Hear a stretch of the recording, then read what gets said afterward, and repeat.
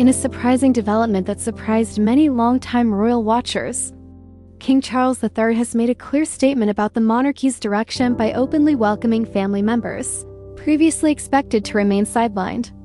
The appearance of Princess Beatrice and Princess Eugenie, confidently walking through the gates of the Sandringham estate, created quite a stir among onlookers, underscoring that in this new era under Charles, the daughters are not being held accountable for their father's controversies. Hello everyone, and welcome back to the channel, where we explore the royal the King news world with thoughtful analysis and important historical context.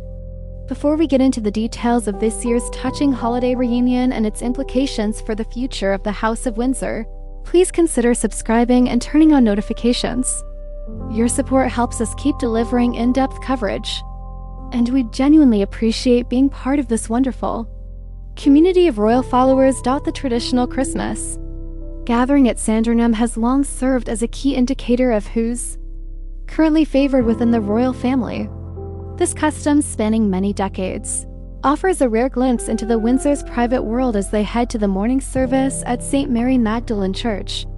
This year, however, the event carried extra significance, with the continuing difficult situation involving Prince Andrew, the Duke of York. Everyone was wondering whether his daughters, Princess Beatrice and Princess Eugenie, would receive an invitation to the King's Inner Circle holiday events. The anticipation had been building for months. Would the King, in his efforts to create a more streamlined and contemporary monarchy, choose to distance himself from the York branch to shield the institution from ongoing controversy? Or would family ties outweigh public image concerns? The response arrived on a clear Thursday morning and represented a strong affirmation of family solidarity. Princess Eugenie, the younger daughter of Prince Andrew and Sarah, Duchess of York, radiated poise and confidence, walking behind her uncle, King Charles, and Queen Camilla into the historic church. She was all smiles, showing no trace of the challenges her family has faced lately. She moved with natural assurance, clearly at ease and fully part of the royal circle. Right behind came her older sister, Princess Beatrice, accompanied by her husband, the polished and engaging Edoardo Mapelli Mozzi, often regarded as a steady source of support in the family. Beatrice's prominent presence sent a strong visual message about the King's approach. By featuring them so openly, King Charles seemed to deliver a straightforward declaration. These young women bear no guilt by association. This public show of inclusion stands out even more given the context. Their father, Prince Andrew, continues to face intense scrutiny due to his past connection to the disgraced financier Jeffrey Epstein. The consequences have been severe, including a step back from public duties and the removal of his military titles and royal patronages. Sarah Ferguson, his former wife, has also remained largely outside official royal activities for years, despite her own recent health challenges and historical ties to the family. Remarkably, while both parents were absent from the official Sandringham Church Walk guest list, Beatrice and Eugenie were warmly embraced. It's a nuanced position for a king who must safeguard the monarchy while acting as a key, caring uncle. Palace sources indicate that King Charles fully recognizes the challenging spot his nieces have been put in through no fault of their own. He is reportedly committed to ensuring they are not penalized for a scandal they had no role in creating. This support extends beyond just the Christmas Day appearance. It began earlier in December when both sisters attended the King's private pre-Christmas lunch at Buckingham Palace. That more intimate gathering, away from media scrutiny, provided the first clear signal that the King was deliberately shielding them from their father's fallout. Royal commentators, including those speaking to outlets like the Daily Mail, have described this as a thoughtful and deliberate strategy. The King is drawing a distinct boundary, while Prince Andrew remains on one side due to his actions. His daughters stand firmly on the other, welcomed, protected, and included as valued members of the family. The path back to public life remains firmly close to him due to the weight of his earlier decisions. On the other hand, his daughters continue to embody the very best qualities of the younger generation of royals: hardworking, composed, and steadfast in their devotion to the crown. The journey to this Christmas reunion, however, was filled with doubt. In the weeks leading up to the holidays, numerous reports suggested that Princess Beatrice and Princess Eugenie might decide to skip the traditional royal gathering altogether. Some close observers hinted that the sisters were caught between their devotion to their parents and their responsibility to the king. There was even speculation that they might choose a quiet, private Christmas with their young families, steering clear of the inevitable media attention surrounding the Sandringham church walk. The king's former butler, Grant Harold, who served the monarch for many years and remains well-versed in royal family dynamics, spoke about the rumors with real concern. He pointed out that King Charles would have been genuinely saddened if Beatrice and Eugenie had been absent from the festivities. Harold stressed that the king is exceptionally fond of his nieces and had greatly hoped to spend the holiday with them, particularly after what has been an exceptionally challenging and life-changing year for the entire family. His comments offer a glimpse into the more personal, human dimension of the monarchy. He explained that the king fully understands how deeply Beatrice, in particular, has been affected by the emotional fallout surrounding her father's troubles. Although she had no involvement whatsoever in the Epstein scandal or her father's dramatic downfall, the long shadow of those events has inevitably touched her life. The king's invitation was both a recognition of that pain and a deliberate gesture of support, stability, and inclusion. To appreciate the full weight of this moment, it helps to consider the history of Sandringham itself. This 20,000-acre estate in Norfolk has served as a private retreat for British monarchs since 1862. It was one of Queen Elizabeth II's favorite places, where she spent every winter, and it remains a rare space where the family can, in theory, relax away from the strict formalities of London life. The Christmas morning walk to St. Mary Magdalene Church is the one occasion when the public sees the royals in such an informal, communal setting. For Beatrice and Eugenie to take part in that walk is a powerful public affirmation of their place within the inner royal circle. The shift from Queen Elizabeth II's reign to King Charles III's has required considerable adjustment. While Charles honors the traditions established under his mother, he is also quietly carving out his own approach. He values loyalty above all, yet he is keenly aware of the importance of public perception. By welcoming Beatrice and Eugenie back into the fold, he reveals a gentler, more fatherly aspect of his leadership, demonstrating that he can remain a resolute head of state while also being a caring head of the family.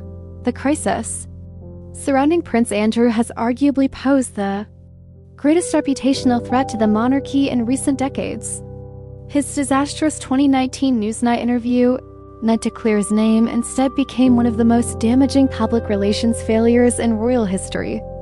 It prompted a swift and firm response from both the late Queen and the then Prince of Wales. Since then, Andrew has existed as a prince in title only, stripped of any meaningful public role. The central challenge for King Charles has been how to address the York problem without inflicting unnecessary harm on the rest of the family. Princess Beatrice and Princess Eugenie have navigated this delicate situation with impressive grace.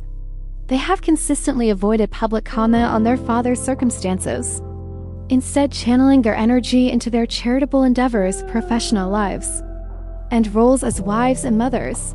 Beatrice has earned widespread respect for her work in technology and philanthropy, while Eugenie has continued her contributions to the art world and her campaign against modern slavery.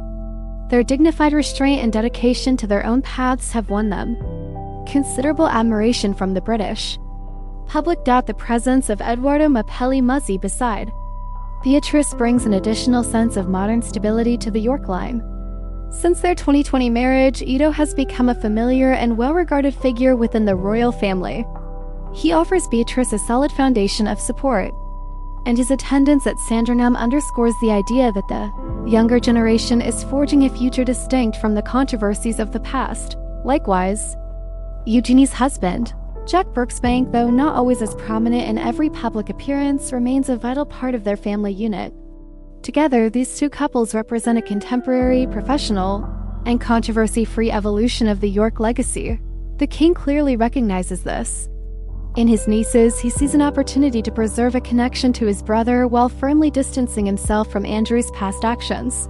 The pre-Christmas luncheon at Buckingham Palace, mentioned earlier, forms another essential part of this delicate balancing act. This gathering is often the first major occasion when the wider extended royal family comes together. During the holiday season, the royal family comes together in a broader sense than usual. This gathering extends beyond the working royals to include cousins, second cousins, and spouses who are rarely seen on the Buckingham Palace balcony. The Buckingham Palace balcony.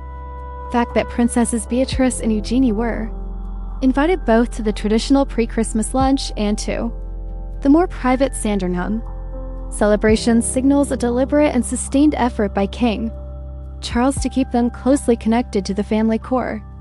Observers believe the king's approach is driven by a deep desire for family harmony.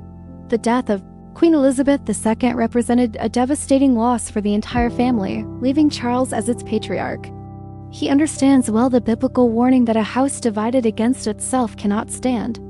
By extending warmth and inclusion to Beatrice and Eugenie, he is actively repairing relationships and helping ensure that the next generation remains committed to the monarchy as an institution. The continued absence of Prince Harry and Meghan Markle, who now reside in California amid a persistently strained relationship with the palace, likely reinforces the king's determination to strengthen ties with those relatives who remain present and supportive.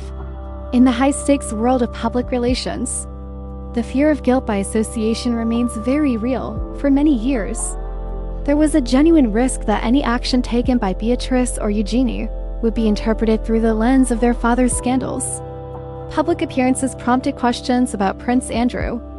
Charity initiatives drew comments referencing Jeffrey Epstein.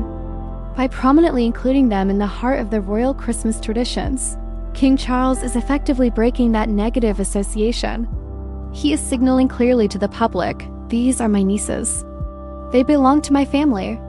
They are here because they are loved, valued, and respected for who they are as individuals."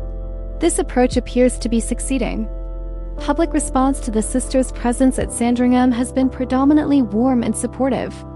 Many appreciate the king's compassion and admire the resilience the sisters have shown. For the over 55 demographic people who have watched Beatrice and Eugenie grow from little girls in Sarah Ferguson's arms into the composed women they are today, sight brings a sense of quiet relief. There is a widespread longing to see the royal family reunited, especially during the holidays, a time traditionally centered on togetherness and forgiveness. Sarah Ferguson, Duchess of York, also plays an important role in this evolving story. Although she did not take part in the official Christmas Day church walk, her attendance at the private Sandringham gatherings marked a noteworthy step forward. For decades after her divorce from Prince Andrew and a series of public controversies, Fergie had been largely excluded from the inner royal circle. Yet in recent years, particularly during her serious health challenges, she has experienced a gradual but steady rehabilitation. Her quiet presence at the estate suggests that King Charles is prepared to adopt a more inclusive stance than some of his predecessors. This greater openness naturally extends to her daughters, who serve as an important emotional bridge between their mother and the king. Grant Harold's observations about the king's particular fondness for Beatrice are especially revealing. Charles has long maintained warm, close relationships with his nieces and nephews. As both a father and now a grandfather, he values the special uncle-niece bond. Beatrice and the king are often seen sharing genuine laughter and easy conversation at events, reflecting a warmth that goes well beyond royal protocol. This authentic personal connection forms the true foundation of the holiday. Reconciliation. Some observers note a potential tension with King Charles's well-known vision of a slimmed-down monarchy.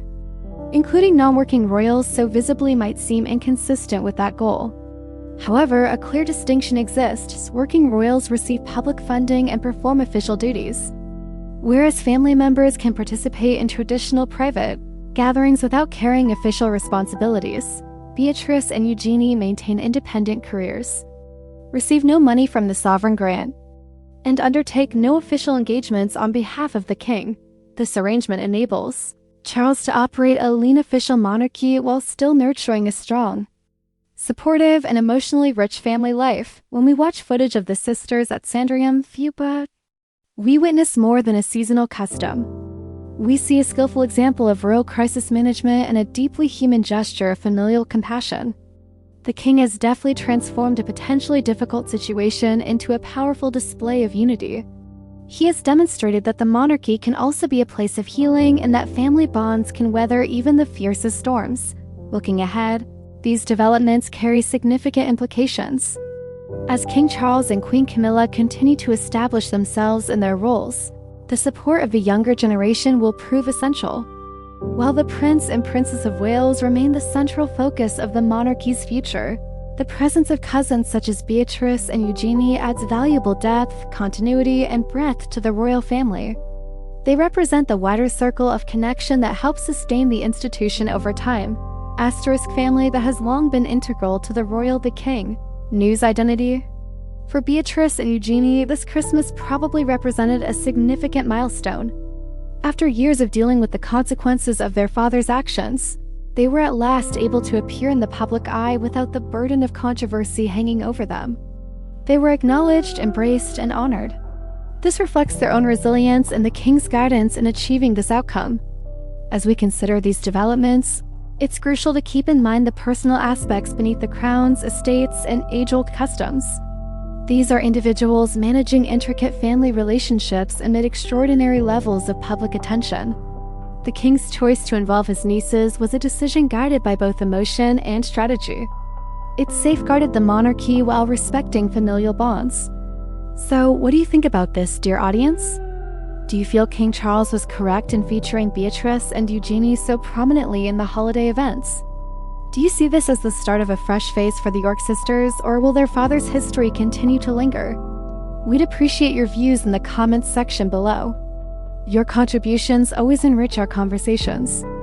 Heading into the new year, we'll keep monitoring the shifting relationships within the royal family. The Carolingian era is turning out to be an intriguing period of continuity and evolution. And we're grateful to have you joining us on this exploratory path. Before we wrap up, if you enjoyed this breakdown, please like this video. It greatly supports our channel's expansion and connects us with more enthusiasts of the British monarchy. And if you're not subscribed yet, please do so to stay updated on our in-depth explorations of the narrative shaping the House of Windsor. The account of the York sisters at Sandringham goes beyond mere seasonal updates. It's a tale of allegiance, the intricacies of kinship, and the lasting ability of the British throne to evolve and endure. It highlights that even during challenging periods, there's space for compassion and healing. Thank you for tuning in and for being such an active member of our group. We can't wait to see you in our upcoming video, where we'll delve further into the captivating realm of the royals. Until next time, we send you our warmest regards. Farewell for now. In the vast narrative of royal legacy, this Christmas at Sandringham will probably be recalled as the instance when King Charles II firmly assumed control of the family's private matters. It was an understated but impactful demonstration of command. By opting to include Beatrice and Eugenie, he not only supported his nieces but also bolstered the monarchy. He illustrated that the establishment could be empathetic without vulnerability and conventional without rigidity. The stroll to St. Mary Magdalene Church spans just a short distance, but for the York sisters, it signified a far more extensive path. It marked a transition from the fringes of disgrace to the core of the royal family's most treasured rituals. And as they proceeded alongside the king and queen, they were more than just princesses, they embodied a family progressing unitedly, abandoning the gloom of yesteryears and advancing into the brightness of a new era. The king's ex-butler, Grant Harold, was accurate in noting the king's insightfulness. Charles understands the gravity of the crown and the significance of the family legacy. By easing some of that load from Beatrice and Eugenie's shoulders, he has proven himself a leader with exceptional emotional acuity. This type of guidance secures the monarchy's sustainability in today's society. As we end this examination of the festive celebrations, we're left with the picture of Eugenie's grin and Beatrice's composed demeanor. In the palace's view, they are no longer merely the daughters of the tarnished duke. They are the king's cherished nieces. And in the Windsor domain, that distinction is profound. The careful orchestration behind these public outings is immense. Each individual in the lineup was positioned purposefully. Eugenie's spot near the king and queen was an intentional selection, a symbolic safeguard, indicating her security and esteem under the monarch. For Beatrice and her husband Eduardo, their location toward the rear yet firmly within the primary assembly affirmed their role as valued family participants. This precision is a hallmark of the British monarchy. They convey messages via rituals and visible displays. Although an official palace announcement might have appeared overly protective or superfluous, the straightforward act of attending church as a group conveyed all that was necessary. It was an expert lesson in unspoken messaging, a proficiency the Windsors have honed across generations. We must also think about the effect on Prince Andrew. Witnessing his daughters so affectionately included must be *. The 2025 Christmas at Sandringham marked a poignant milestone for Royal the King Muse, particularly for Princess Beatrice and Princess Eugenie, the daughters of the disgraced Andrew Mountbatten Windsor, formerly the Duke of York. Their presence alongside King Charles III and other senior royals during the traditional Christmas morning walk to St. Mary Magdalene Church represented both a source of quiet pride and a touch of melancholy reflection.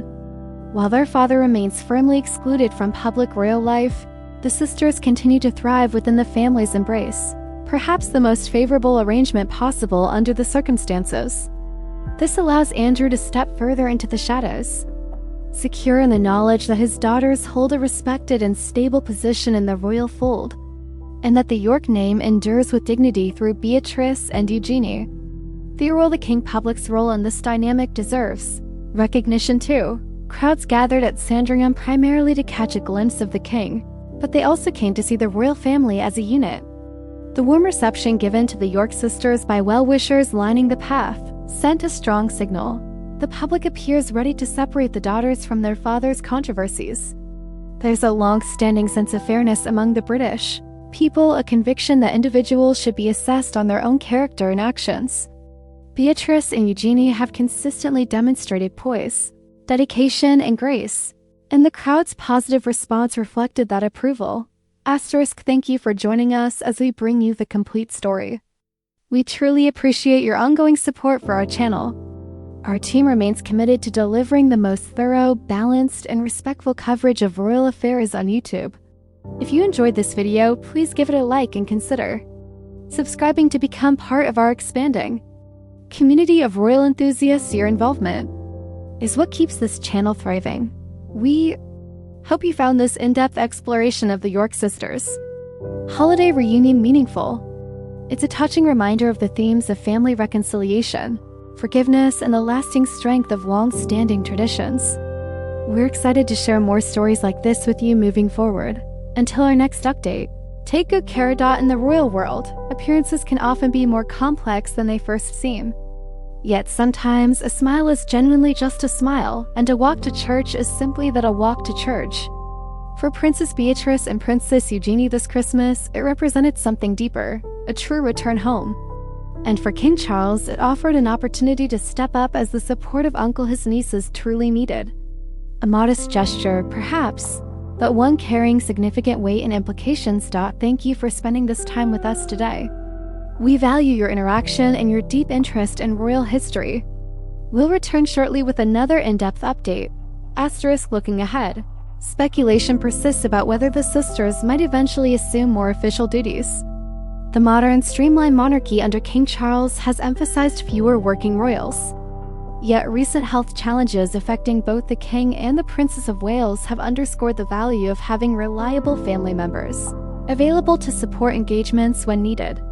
Even if Beatrice and Eugenie never become full-time working royals, they have already established themselves as effective representatives of the family's core principles and heritage. This holiday period exemplified King Charles's vision for a cohesive, forward-looking monarchy, one centered on healing, unity, and optimism. By welcoming his nieces back into the heart of royal traditions, the king not only brought joy to Beatrice and Eugenie, but also conveyed a broader message of endurance and renewal to the nation. The York sisters' Christmas story illustrates that even the most intricate family difficulties can be navigated with compassion and composure.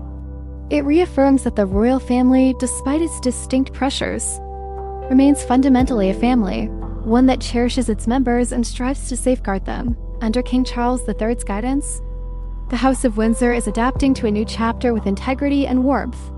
The 2025 Sandringham Christmas will likely be remembered as a defining moment in the early years of his reign, a careful balance of accountability for past issues and mercy toward the innocent.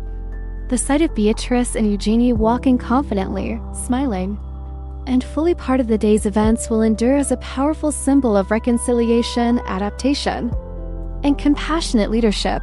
Queen Elizabeth II's legacy was built on unwavering duty. King Charles III is emerging as one that blends that same sense of service with deep, familial loyalty and thoughtful modernization.